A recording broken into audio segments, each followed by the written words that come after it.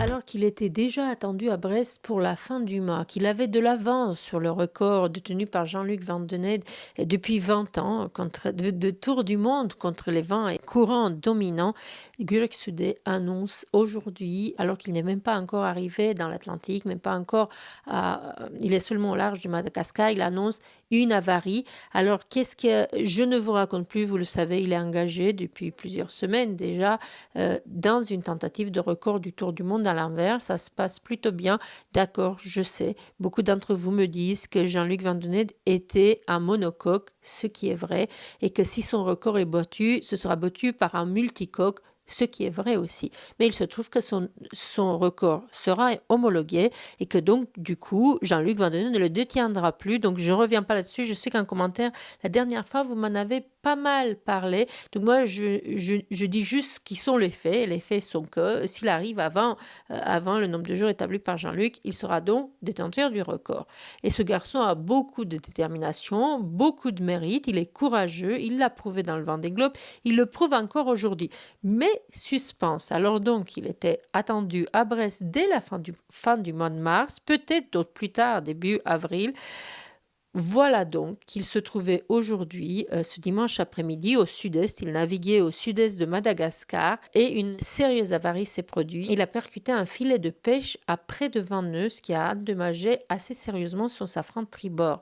Un incident technique sérieux, survenu à un moment clé de sa tentative, car jusqu'alors, comme je vous le disais, il disposait d'une avance assez intéressante. Vous la voyez là sur la cartographie, sur le temps de référence tenu par le VDH, ce qui laissait prévoir une arrivée rapide. Alors, ce qui nous explique concrètement ce que ça veut dire, et puis je vais vous laisser sa vidéo à la fin, je résume juste ici pour ceux qui sont pressés. Sa vidéo est pourtant pas très longue, juste 3 minutes. Donc, ce qu'il dit, c'est que lorsqu'il est à bâbord et que le safran est vraiment dans l'eau, il y a un risque que ça se délamine et que ça vienne couper le safran net. Il y a donc un bord sur lequel il va devoir aller beaucoup moins vite. Le risque de délamination, je ne vous réexplique pas parce que vous l'avez déjà vu dans le Vendée Globe et dans d'autres courses. C'est quelque chose d'assez sérieux. Et je crois même qu'il avait déjà un problème sur le foil de ce côté-là. Donc, du coup, il se trouve un peu doublement handicapé. Dans l'immédiat, qu'est-ce que ça veut dire? Dans l'immédiat, l'objectif reste inchangé, rallier au plus vite le cap de Bonne-Espérance avant une dégradation annoncée des conditions météorologiques dans cette zone réputée, vous le savez, pour sa rudesse. Il dit qu'il va essayer d'aller jusqu'au cap comme ça, je le cite, sans endommager encore plus le safran. Et une fois que je serai dans l'Atlantique, je verrai pour tenter une réparation.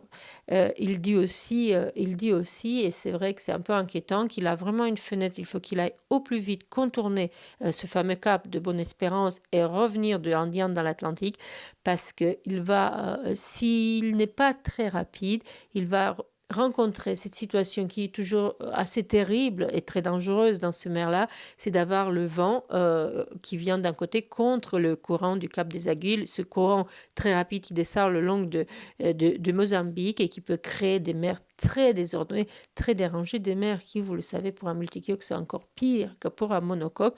Donc on va voir s'il le fait, lui, il y croit, vous allez voir ça à la fin. En tout cas, si cette avarie pourrait peser sur le calendrier initial et retarder les chances brestoises, l'avance accumulée jusqu'ici et la détermination de Guirec Sudé laissent encore planer l'espoir d'une tentative menée à son terme, à condition que le bateau tienne jusqu'aux prochaines options de réparation.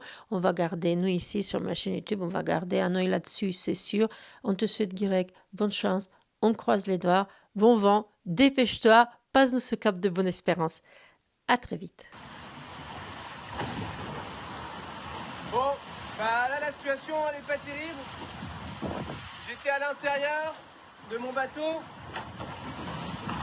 J'allais pas super vite, un petit 20 nœuds quoi je pense. Et d'un coup j'ai senti un choc, bam, puis un deuxième choc. Donc tout de suite je me suis mis vent arrière. J'ai freiné le bateau au maximum. Donc j'ai compris qu'on avait tapé quelque chose. Je suis allé voir la dérive centrale, il n'y avait rien. Safran central, il n'y avait rien. Je regardais vite fait sur les extrémités, je voyais rien. Je regarde derrière, je me dis on a tapé quelque chose, c'est déjà parti. J'essaie de réaccélérer un petit peu. J'arrête le pilote, je prends la barre à la main et là je sens que c'est super dur et que le bateau accélère pas. Je me remets vent arrière et là je me rends compte que sur le safran tribord il y a une espèce de filet qui fait le tour du safran avec comme deux gros poids de chaque côté. Et en fait, le safran a été endommagé. Donc, ça a d'abord tapé le foil. Mais je pense que c'est vraiment le filet qui a tapé le foil au départ. Donc, j'ai pas senti trop de choc. Enfin, ça n'a pas endommagé du moins le foil. Mais par contre, à l'arrière, le safran, il a pris un vrai jeton. Et donc, c'est pas bon du tout. Donc là, j'ai empanné. Je suis tribord à mur. Donc, le safran est en l'air. Donc, ça va.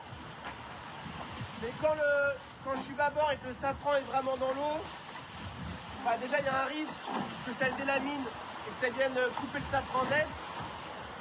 Et surtout, je sens qu'à la barre, c'est super dur. Donc ça veut dire qu'il y a un bord où je vais devoir aller moins vite. Heureusement, c'est le même bord où j'avais un souci de foil. Mais voilà, c'est quand même pas terrible. Et la solution, ce serait d'aller essayer de faire une réparation. Mais bon, pour ça, il faut qu'il n'y ait pas de vent du tout. Et déjà, j'étais limite là pour passer Bonne Espérance parce que j'ai un gros coup de vent qui arrive. Et Bonne Espérance, avec le courant des aiguilles, en fait, c'est un courant contraire avec un vent qui arrive en face du courant. Et donc, ça peut lever une mer vraiment très grosse. Donc, ça peut être très dangereux. Donc là, j'ai essayé d'accélérer parce que je suis vraiment millimétré. Donc là, je vais essayer d'aller à Bonne Espérance comme ça, sans endommager encore plus le safran. Et une fois que je serai dans l'Atlantique, je verrai pour essayer de faire une réparation. Voilà. Bon allez, c'est pas grave, c'est pas ça qui va m'empêcher d'arriver, mais forcément ça va m'handicaper un petit peu. Je vous montre quelques images. Allez, à plus!